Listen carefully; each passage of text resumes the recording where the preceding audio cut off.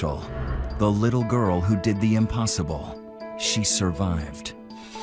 18 years, handcuffed, held captive in a backyard by a sex offender. An all-new interview about how you turn your terror into triumph. This makes me want to dance, doesn't it?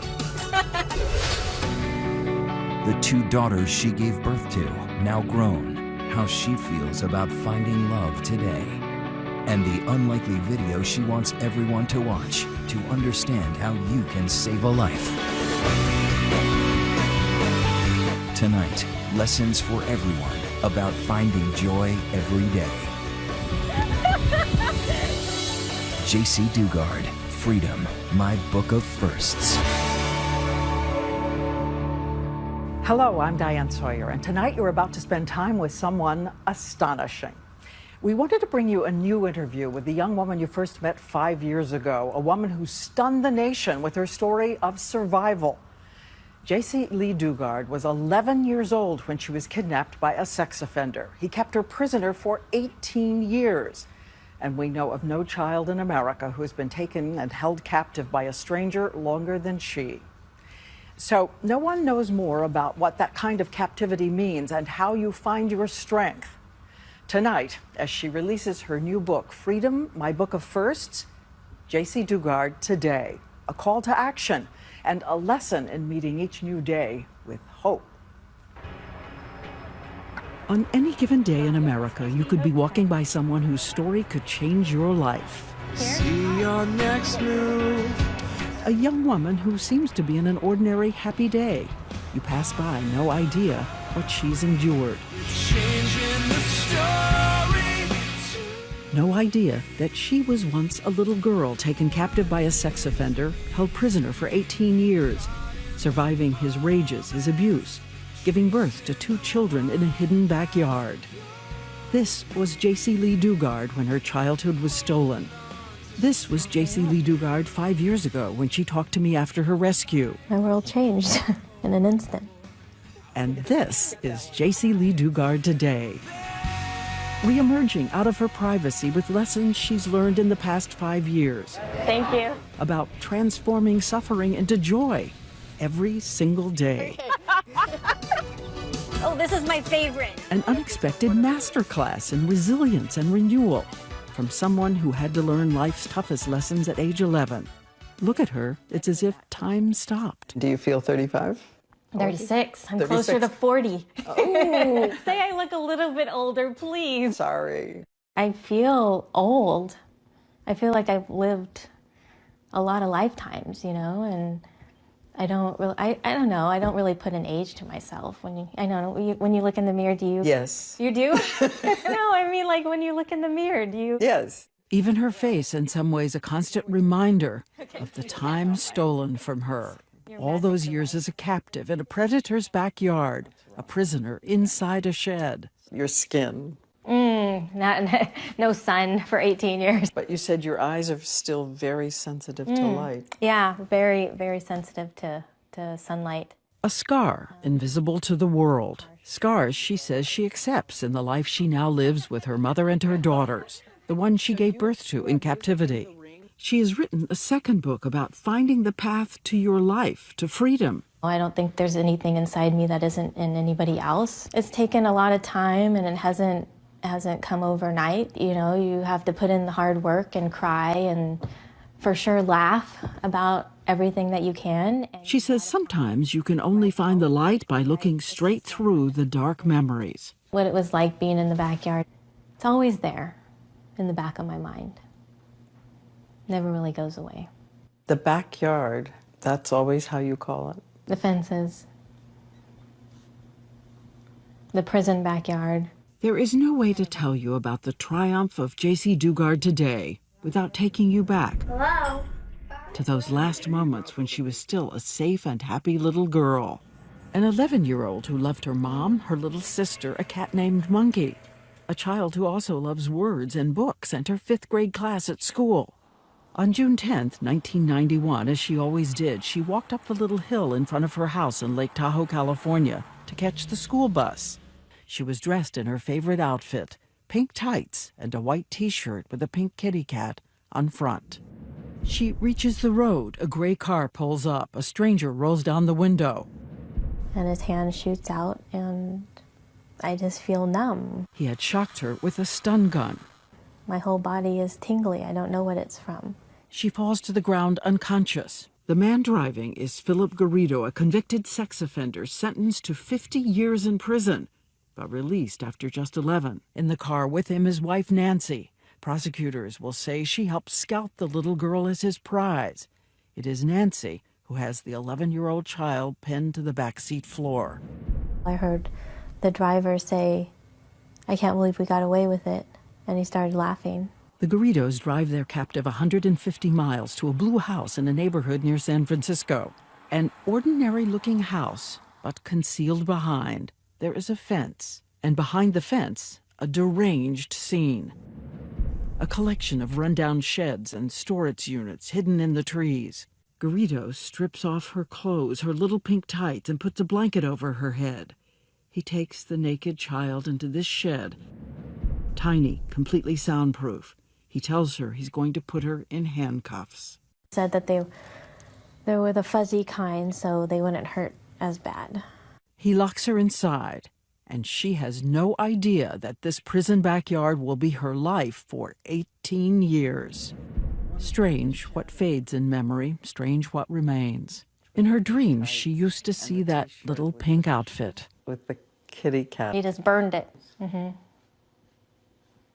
Yeah, I still think about that little outfit for some reason. Naked, handcuffed, weeping alone. The only thing she has left from her safe and happy life is a little ring shaped like a butterfly. She takes it off and manages to hide it from him for 18 years until she's free. Again, she's 11 years old and knows nothing about his plans. She thinks sex is Ken and Barbie dolls sleeping near each other. Then one day, he brings her a treat, a milkshake. She is still in handcuffs. My first taste of pure evil. You knew it was pure evil? Yeah. It is the first day he rapes her. I mean, maybe I didn't register that and go, "Oh my God, you're evil." But your body and there's something inside of you that knows this is not right. The pain, the abject fear. Afterwards, she remembers seeing a trail of ants make their way towards that untouched milkshake. At one point, he gives her a TV, tuned in to QVC. I would fall asleep to the sound of jewelry being sold, but at least it was talking. Her only company is a spider on the wall. She names Bianca. It was not a day that I didn't cry. I felt like there would never, ever be a day that I wouldn't cry again. There's a towel over the window in the shed. After he leaves, she pulls it down with her teeth. Moonlight streams through. When we talked 5 years ago, here's what she told me about thinking of her mother and how it got her through the nights. We would always sit on the porch and we would debate whether the full moon or the crescent moon was the better moon. I always liked the full moon and she liked the crescent. And just always made me think of her. Do you remember the song you and your mom sang? Looking at the moon? You are the moon. How does it go? I forget. I love the moon and the moon Sees me. I see the moon and the moon sees me. God bless the moon and God bless me.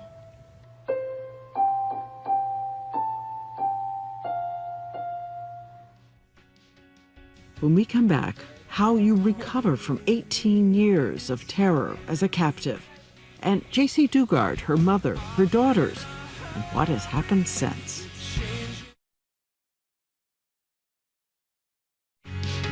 Once again, Diane Sawyer and Freedom, My Book of Firsts. We meet up with J.C. Dugard at a ranch near her house. For the past 5 years, she's been coming here. It's a kind of unexpected training ground for building independence. There's a riot of animals of all kinds. And then down here is the barn. There are even miniature horses. Good girl. Aurora is a speed freak.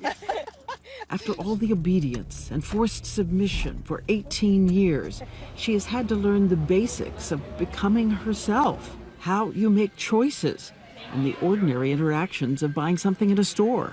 You want a receipt, darling? No, thank you. Thank you. You too. And what about going out in crowds? That's easier.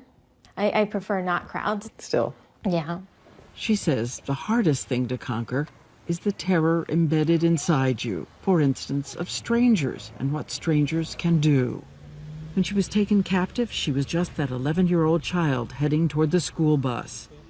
For months, a little girl locked in a shed saw only one person every day, Philip Garrido, who warned her if she tried to escape, there were dogs outside the door. He threatened to sell her to other people, so she would promise to do more for him. And then, a month and a half after the first rape, he moved her to a new shed and put the stun gun out on the table where she could see it. He told her demon angels, voices in his head, had revealed that she was supposed to help him with his sexual problems. And that you were saving other little girls. Yeah. Yeah, how stupid is that? He cuts out pornography, dresses her up in makeup, mascara, tight dresses. Snatching a little girl and then making her dress up, you know, it's all about control for him, for these other freaks that do this. She has written how he smoked methamphetamine and began the 24-hour marathons of sexual abuse.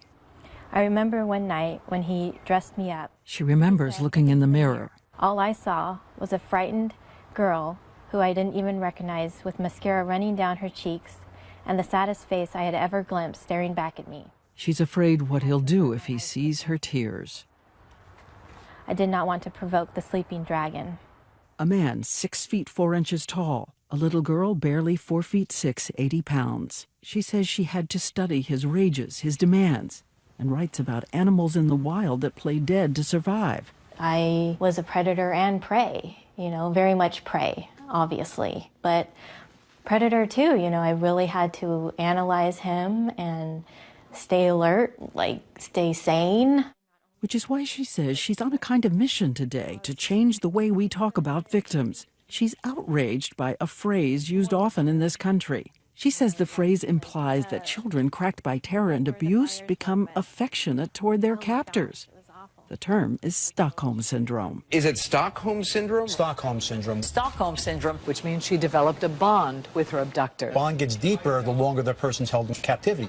Stockholm Syndrome was first used in the 1970s in Sweden to describe a connection hostages formed with bank robbers there. Why do you hate the phrase Stockholm Syndrome so much? Well, it's degrading. You know, having my family believe that I was in love with this captor and wanted to stay with him. I mean, that is so far from the truth that it makes me want to throw up. You know, it's disgusting. I adapted to survive my circumstances. There's just no other way to put it. What was he to you? He was always my captor, you know. I never forgot that. Never forgot that. She's even been invited to speak at Yale and Harvard and Mass General. Hi, everyone. My name is JC Dugard. She urges experts never to use the phrase again, reminding everyone what terror does to you and how many children never make it back alive. Are there things from the backyard that you still can't confront? That you have not written? That you have not even allowed yourself to say? No. I've let it all out, because you can't keep that kind of stuff inside. It is not her shame. Those things happen to her. They're not who she is.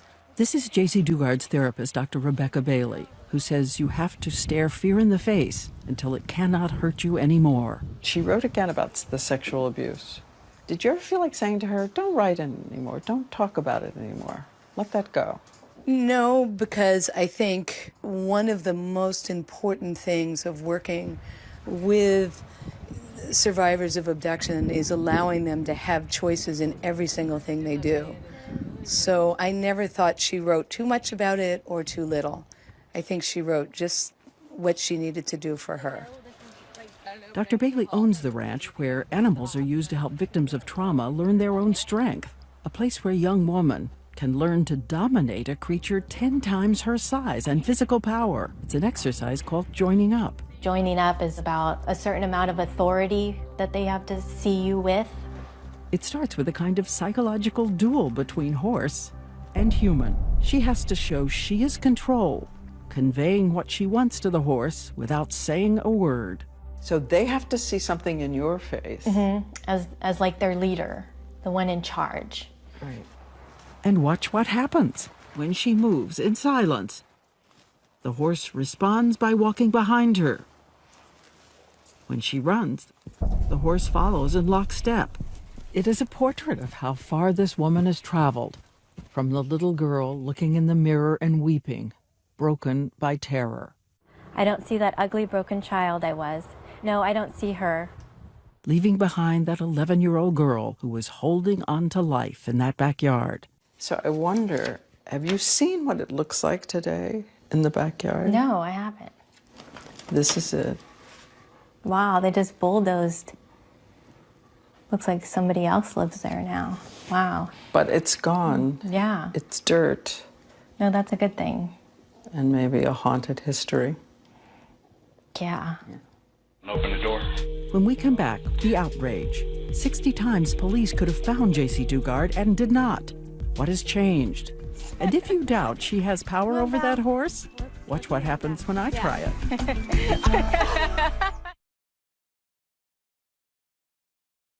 Studies show that every year there are about 100 children taken captive by strangers. Many of them are rescued.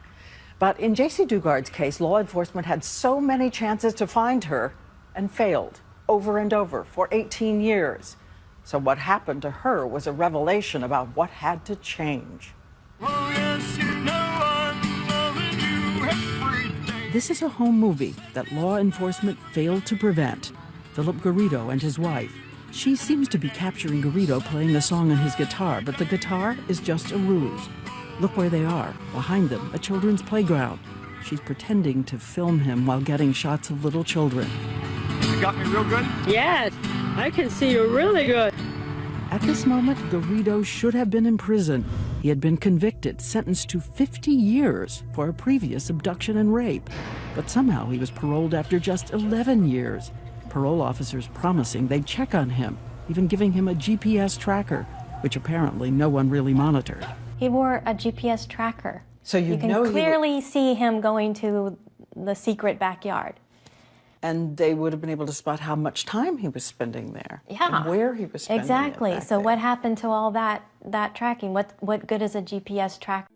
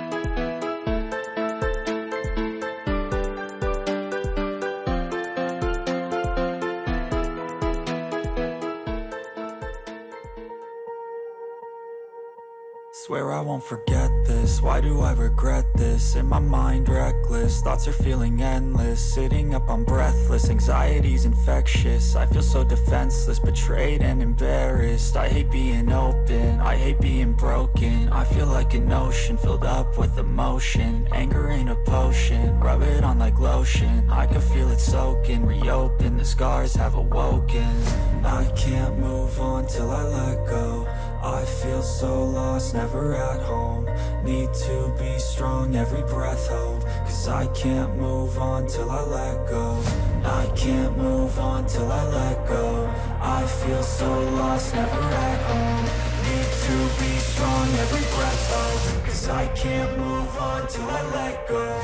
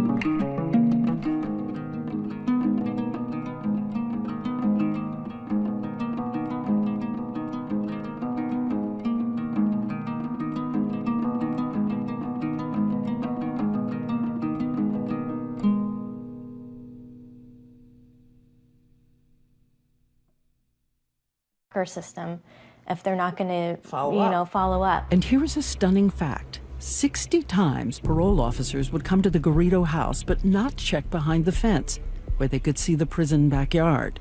Open the door.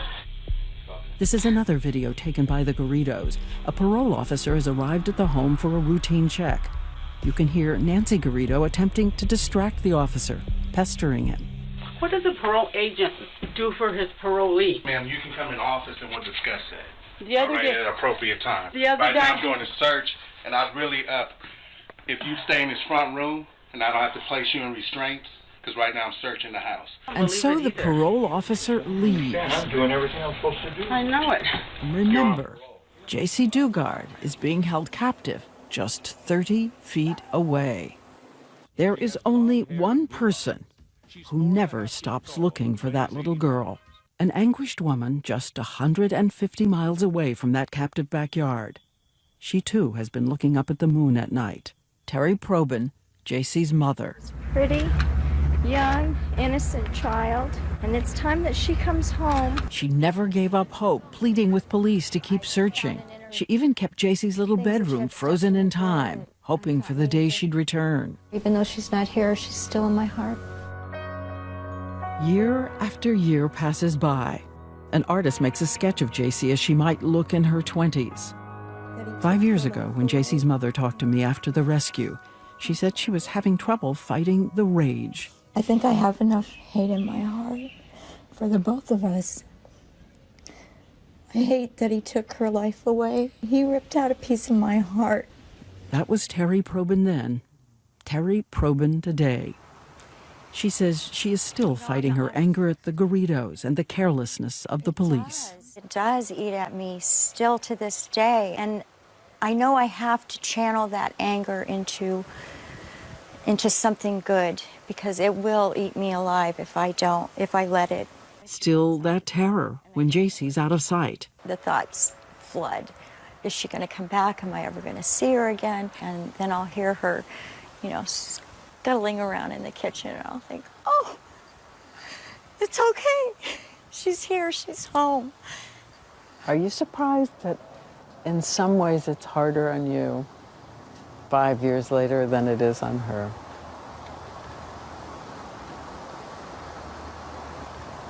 I wish it wasn't. I don't want to carry this any longer. She says she is trying to move forward, learning from her daughter, who says that rage is also a kind of invisible prison. I didn't want to give one more minute to Philip and Nancy. I mean, they took 18 years of my life. The last time we saw Philip Garrido in court, at one point looking at his wife, his accomplice, mouthing, "I love you." Has he tried to contact you now? Philip? No, not that I know of. So he got 431 years. She got 36 years.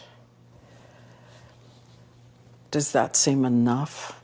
I don't know. That's a hard question. I mean, I would like to see them in jail for the rest of their lives. I don't really believe in the death penalty.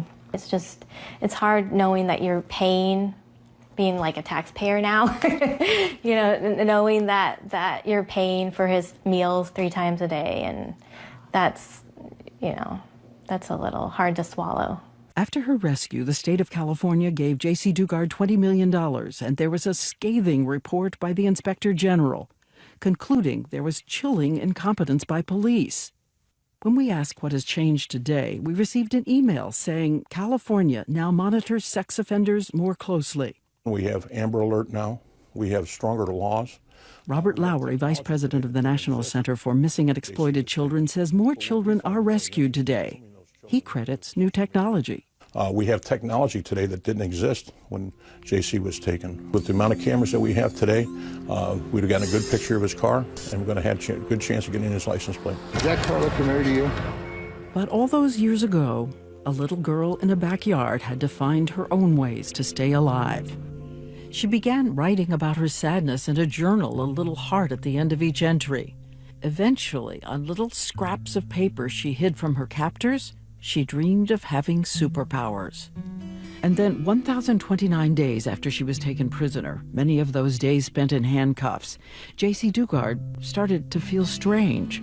It turns out she is 4.5 months pregnant at the age of 13. She starts to go into labor. No one is around. She's alone, trapped in the shed. I can't fathom how I kept it together, or, you know, I must have been checked out, you know, on a different level.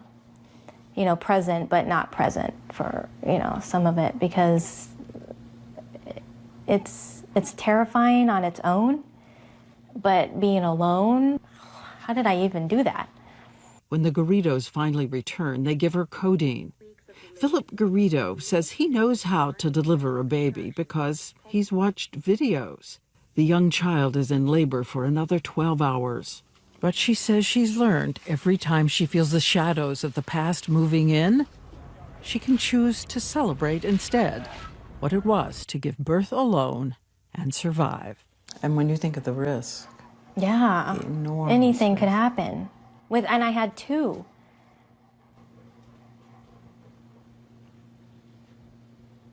Yeah, I'm pretty amazing.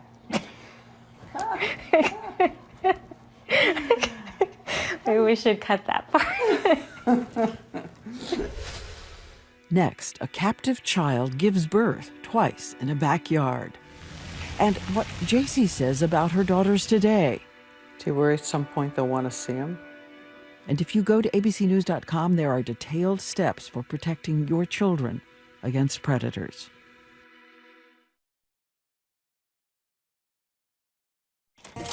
Do you trust me to drive?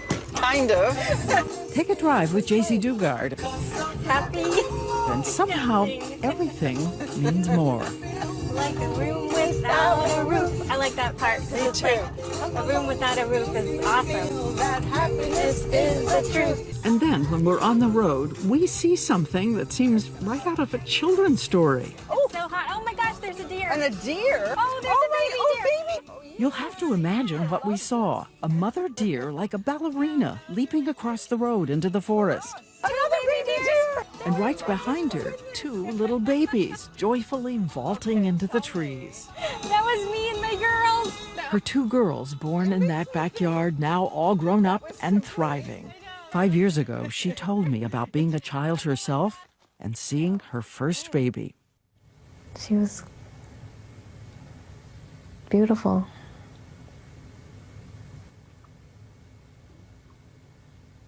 I felt like I wasn't alone anymore.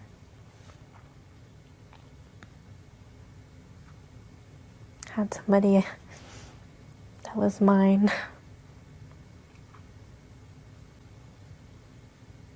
I wasn't alone. And I knew I could never let anything happen to her. I didn't know how I was going to do that, but I did. Clinging to hope, she planted a flower in the prison backyard and set up a little school to teach her daughters everything she knew. From the 5th grade. Yeah, that's my limited education. Today, her 2 babies are attending college, something she didn't dare to dream when they were captive in that backyard. They're so resilient and they're beautiful and loving. She's protecting their privacy. Some of their friends don't even know their history. And if you met them, you'd be stunned by their vibrance, their curiosity, and independence. She's like, I'm going to accomplish something in my life. She says she wasn't going to let her fear limit her children's lives. Do we scare our kids into never wanting to do anything? Or do we prepare them for the worst in life, never knowing if it's really going to happen? She also made sure they talk freely about the twisted life in the backyard and what really happened. They saw his craziness and ups and downs and knew how unpredictable he was. Do you still call him their dad, which you did 5 years ago? When I refer to him, no. I think I've been calling him Philip lately, actually. You know, when we do talk about him. Do they ask you more questions about why you didn't take them and leave? No, actually, they don't. They know our circumstances. They know that's not even a question for them and never has been. And amazingly, the three of them have learned to find some laughter in that deranged, distorted time. To know it was okay to laugh about Philip and Nancy and their craziness, it helps. It helps tame it. Rebecca really taught me to laugh, that it's okay to laugh. When she says, I sit with my girls and we laugh at what we went through. And I think everybody thinks it's just going to be, it's a wake, an eternal wake for 18 years of your life. But she says, we laugh. That's really the secret. It doesn't mean you can't be sad and you can't cry and you can't have hurts, but you've also got to be able to let go. It's a lesson J.C. Dugard brings to the Jace Foundation, which she created to help other victims of trauma and their families recover. The foundation also uses animals to teach strength and confidence, like that exercise where the 1,200-pound horse obeys J.C.'s unspoken commands. And if you don't believe it's a true power, watch what happened when I tried it. I'm determined to move this horse. Okay, I'm going to think. Using my famous iron will. First, the horse is immovable. What's happening here? Let's stand back. Then the horse goes on strike. The kind of laughter that moves you forward into the rest of your life. And we noticed something in her new book. Remember, she was just 11 when she was kidnapped. She'd never even been on a date. The only time I was asked on a date was when I was like 8 or something like that. And I was so shy. I didn't even look up when this boy was asking me to go out with him. He was like 8 too. But she now writes, I don't feel so damaged that I'm put off by the idea of a relationship. I just don't know. To say that you're not so damaged that you couldn't have a physical relationship is a big statement. Yeah. And I have no way of knowing if that's really true, but I want it to be true. And you'd have to learn step by step what that means. Yeah. It's a guy who's caring, has a sense of humor, can laugh about all this stuff, loves to cook. Have you seen anyone and you thought, could he be someone? No. It's not that I don't think about that stuff. It's just there's no guys in my life like that. You're not on a dating site? No. Just checking. Do your daughters want you to find someone? They do, yeah. I've learned from them, actually, a lot. What? There can be ups and downs, and you can have one relationship and then move on, just in a normal, healthy way. What are you afraid of now? I still get afraid of missing out on things. Maybe I won't take that chance or, that opportunity. There's lots of things to be afraid of, Looking for a life that will give her the final freedom from the man who imprisoned her 18 years. If the girls say someday they want to go see him,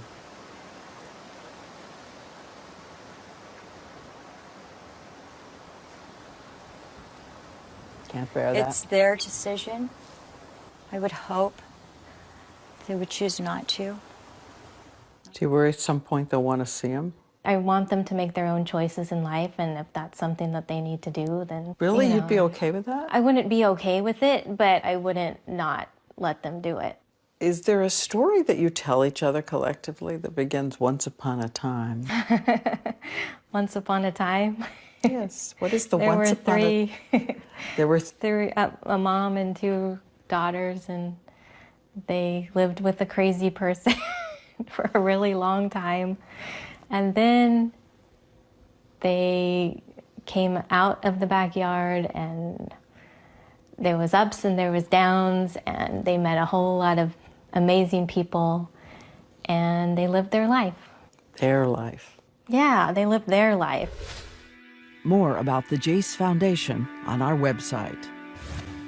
And when we come back, a secret for surviving in captivity, buried inside the stunning videotape.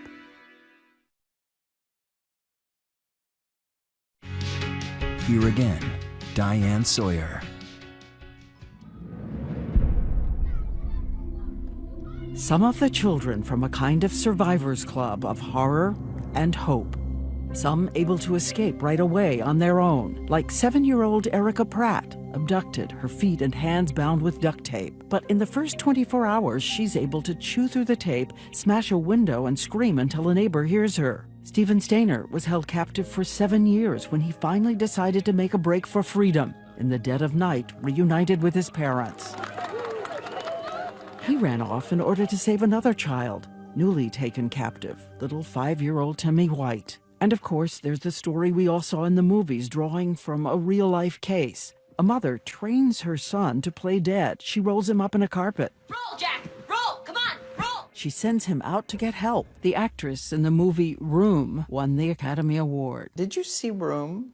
I read the book. I haven't seen the movie. I heard that people are like thinking it's close to my story, but I mean, reading the book, I didn't get that feeling at all. It's very different than what I went through, and you can't really speculate until you've lived it. In her case, a child in those handcuffs, bolted into a soundproof shed. Like the women in Cleveland, who were also sometimes held in chains before their escape after 10 years. Help me, I'm Amanda Berry. And what about the young woman in the first famous case in America, the heiress Patty Hearst, who tried to explain how fear can keep you from running? Why didn't I leave? All I can answer is that I just couldn't. I just plain couldn't. In 1974, it looked as if Hearst was supporting her captors in a string of bank robberies, but she reminds everyone she had been raped and held in a closet. After everything they'd done to me, I felt so afraid, and my thinking was so twisted that I really believed that I could not go and turn myself in without being killed. And after years as a captive, J.C. Dugard was also allowed to move around the Garridos' home. There was no leaving. I was 11 when I was taken, and then all the rape and torture, and it really debilitates you, you know? It makes you immobile and you freeze. She says for a child, this is not ordinary fear. This is unfathomable terror. When she speaks to professional groups, she explains by using an unexpected lesson from animals in the wild. In this scene, you see a cheetah in pursuit of an impala. The cheetah overpowers the impala, and it looks like it's taking it down. Watch what happens when another animal moves in and startles the cheetah.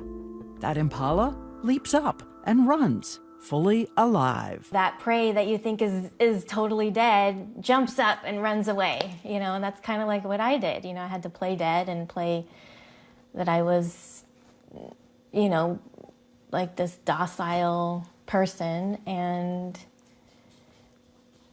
you know, I jumped up and here I am. I'm alive.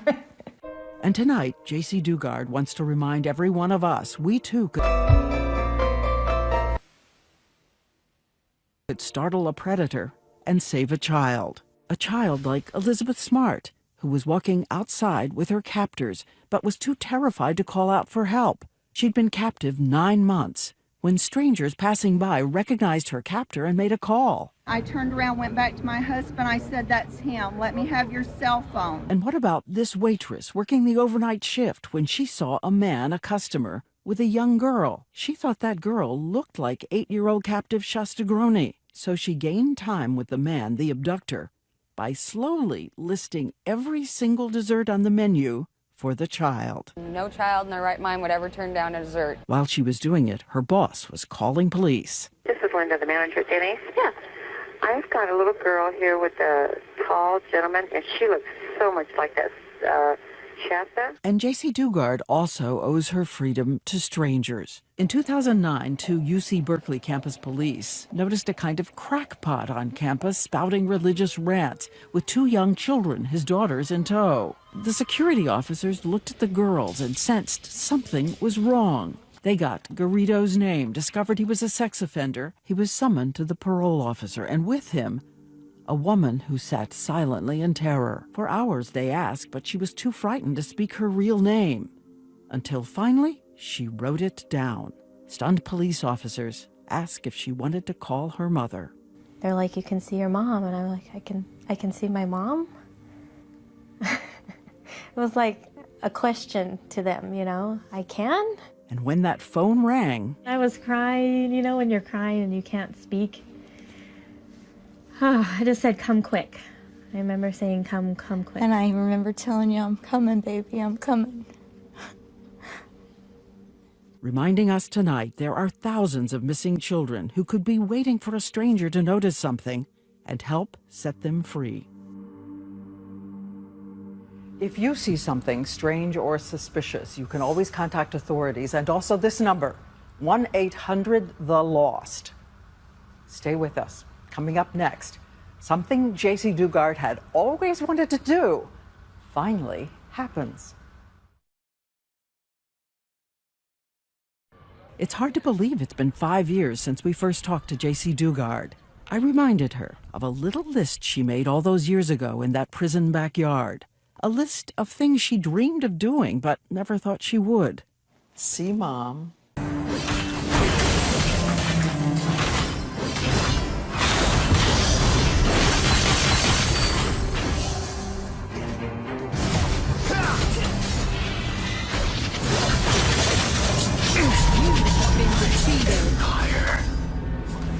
Retreat!